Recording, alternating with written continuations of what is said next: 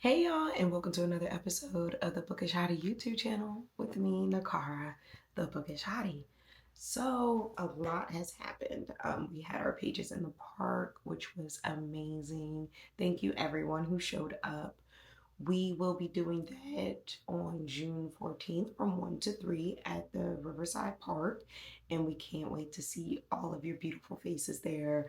It was amazing. I got so many books. I got a Bell Hooks poem book, Love Radio, and a few others. My co-host Bree, she racked up. She left with a full tote bag full of books. So needless to say, the book table, exchange table was racking up. So shout out, shout out to y'all for bringing them. And we just had our book club with my podcast, But Make It Books. Also, I just signed with Mahogany Book Podcast Network, and so that's super exciting. And I can't wait to grow with them in the plans and the visions that they have for this podcast network. I think it's going to be amazing. I am so excited. So, if you're a book influencer or an author, I would love to sit and chat with you. But on to other things, which is review time. And I say this with a heavy heart. This review it's not great. Not bad, but also not great. So we read. So let me start off.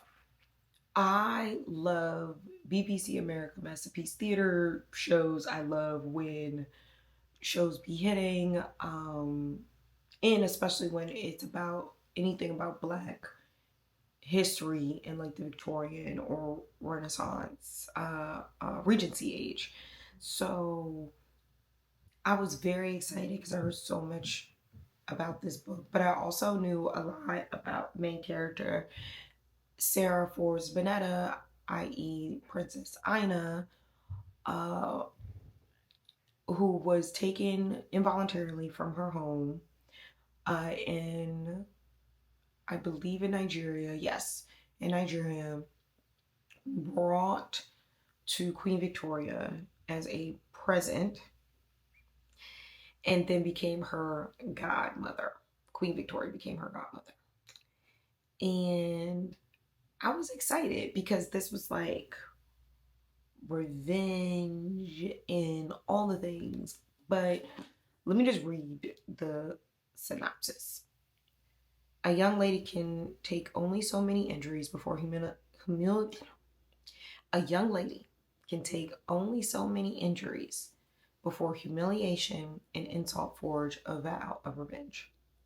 The year is 1862, and a murderous desires are simmering in England. Sarah Forbes Bonetta, Sally, once a princess, desires one thing above all else: revenge against the British crown in assistance of colonial humanitarianism, which stole her dignity and transformed her into royal property. From military men to political leaders, she's vowed to ruin all who've had a hand in her afflictions. The top of her list, her godmother, Britain's mighty monarch, Queen Victoria.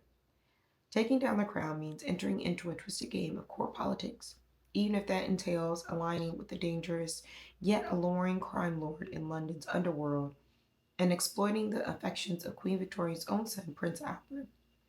But when Queen Victoria begins to suspect Sally's true intentions, she plays the only card in Victorian society that could possibly cage Sally again: marriage. With time running out and her wedding day looming, Sally's vengeful game of cat and mouse turns deadly as she's faced with the striking revelation that the price for vengeance, isn't just paid in blood, it means sacrificing her heart. Loosely inspired by the true story of Sarah Forbes Bonetta, Queen Victoria's African goddaughter, The Queen's Spade is a lush, riveting historical thriller that offers an unflinching gaze to justice and retribution.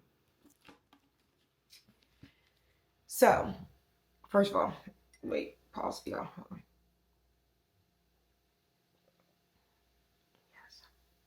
I haven't had coffee today. That's my first sip. I brought it, sat it down, didn't drink it. Now I'm awake. Anyway, so you hear that plot, you think, wow. So, full disclosure, I believe I got to page probably like 50 or so before I switched to audio. And audio is so much better. Like, you ever read a book that you're like, this book would be so much better if it was on screen than it is written? This definitely comment in below. I could just be a weirdo, but I feel like this book would have translated so much better on screen than it for me in print. And why I say that, one, I don't think the revenge went further enough. I think the things that they did to this girl, like, they need to be, she need, listen, that's how I felt. Like, it did not go far enough. Now I will say it is YA, but it's violent. I would classify this more like new adult. Like, I wish there was a little bit more. I mean, it's not new adult like her saying, but like there was some spice. It was hot. And then there was just the violence. So I think it's more like new adult than young adult. But apparently that's the realm that the author, me and my book club were talking about this last night, and definitely correct me if I'm wrong, but this is the realm that the author is in, is young adult. But I would definitely say this is new adult. But it might be something in London, because I believe the author, she's Nigerian Canadian, which is a form of British Columbia. So I feel like in London they classify YA a lot differently than American publishing does, because technically Immortal Dark is YA. That is not YA. I that's like new adult, right? So quite a bit of violence, and by quite a bit, quite a bit. Which I enjoyed and I liked. I think what the plot could have went a little faster for me, and they it maybe, so I'm about to contradict myself in a little bit. Stay with me. She's the character, Sally, is one dimensional. However, in her one dimension is revenge. That's it. In avenging her tribe, herself, her people. She's one dimensional. There's really no other interest. And I was talking to my book club about this. I said, well, but isn't that her character though? Like, being one dimensional, being selfish. She is a royal. Like, let's not pretend like she was not a princess, right? She was a princess. In royalty, no matter the demographic, we know is raised to be singularly focused. Like, you are here to be a monarch. That is it. And especially if you're a woman, you're being a monarch and birth other monarchs in further, the dynasty, the family's influence globally. So that part really didn't bother me about her being so one-dimensional, because I feel like if you're a monarch, more than likely you are. It just like, and I love reading fiction. Like, that to me is the best. Like, I try not to audio listen to fiction as much, not because I don't respect it, it's because I want to have my own voices for the characters versus what the voices that they place on the characters based on the narration. But for me to then have to go to audio to get it, and at some points, like, it was good, but and the audiobook reader was great. It wasn't her. It's just like, she described like her, I think when I put it down, actually I knew when I put it down. When I was reading it and she said her little hands, like, I was like, that's weird. I didn't like that description. That threw me off. I was like, is she 18 or is she 14? I didn't really like that. And that's just like a quirk of mine. I was just like, this is weird. I don't like that. And it happened more than once that was a description that was used. If it happened once, I've been like, okay, let me chalk it up. But it happened more than once. And it was like some other description. I was just like, okay, let me just listen. But even listening, I think it like the plot could have been accelerated. And I honestly don't know if it needed 400 pages, to be honest. I don't think the book needed almost 400 pages to get to the point. Um, it could have been truncated. I think also what I found hard to believe as someone who, like I said, who's like big into Victorian age books, Regency era books. How the hell is she enacting all of this revenge without an escort? She's not. She is Queen Victoria's goddaughter. She got the clothes, she got the education, she got all these things. How is she walking around with no escort? Like no carriage, no escort, no nothing. That's not possible. And like her friend was there, Harriet, but she wasn't around because Harriet was moving on her own. Like it just like there were certain parts where I was just like, is this the fantasy? Because there is no way this young lady, regardless of her skin color, could walk around Victorian England with no escort, being Victoria's goddaughter. That was super unbelievable to me. Like, there is no way in God's green that would have been able to happen. Like, it would have to be so secretive. It's like, how was she not harassed? How was she not like mugged? Um, you know, the R word. Like, there are a lot of things in like the streets of dark England that like that wouldn't happen. Even when people are escorts back then, or sex workers back then, they had escorts too. That's why I'm like, I don't know what's going on. Like this don't even make sense. You know what I thought this book was gonna be? Like I thought it was gonna be like Blackbirds of Saint Giles. Giles or Giles. Y'all tell me, y'all know I can't say no right. That book was really good.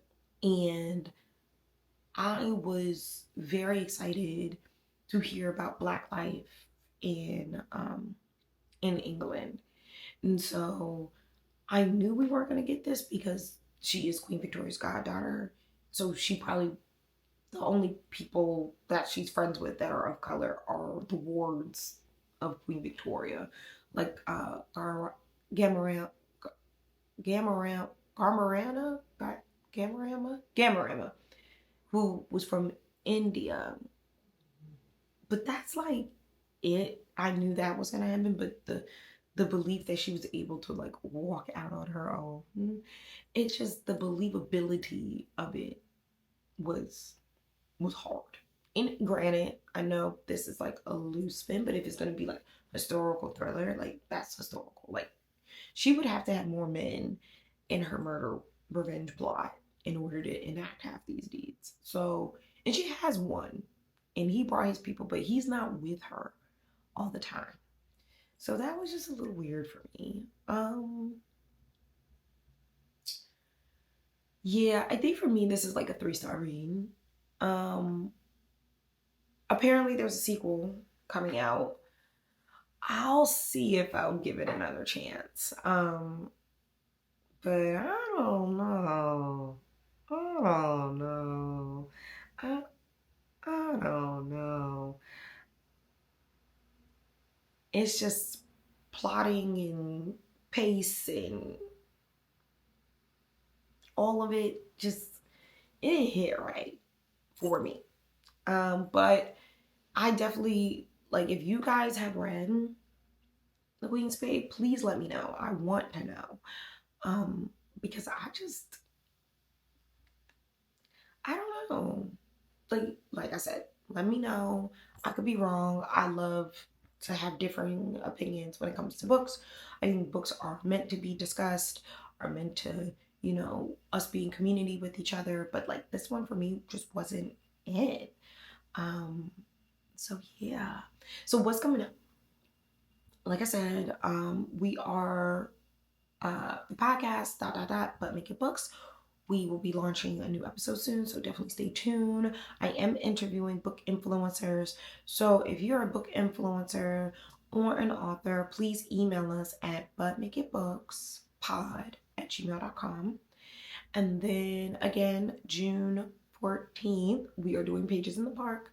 So come on down, bring books to trade as well to swap out. There's going to be tons of books there. So definitely come through. It's so exciting. Just we are on Eventbrite, but you can also just show up. No problem, no problem. We'll have name tags and lo-fi music playing and some light snacks and bites and things like that. So I'm really excited and I cannot wait to see you all and be in community. Until next time, keep healing, but make it bookish. Peace, y'all.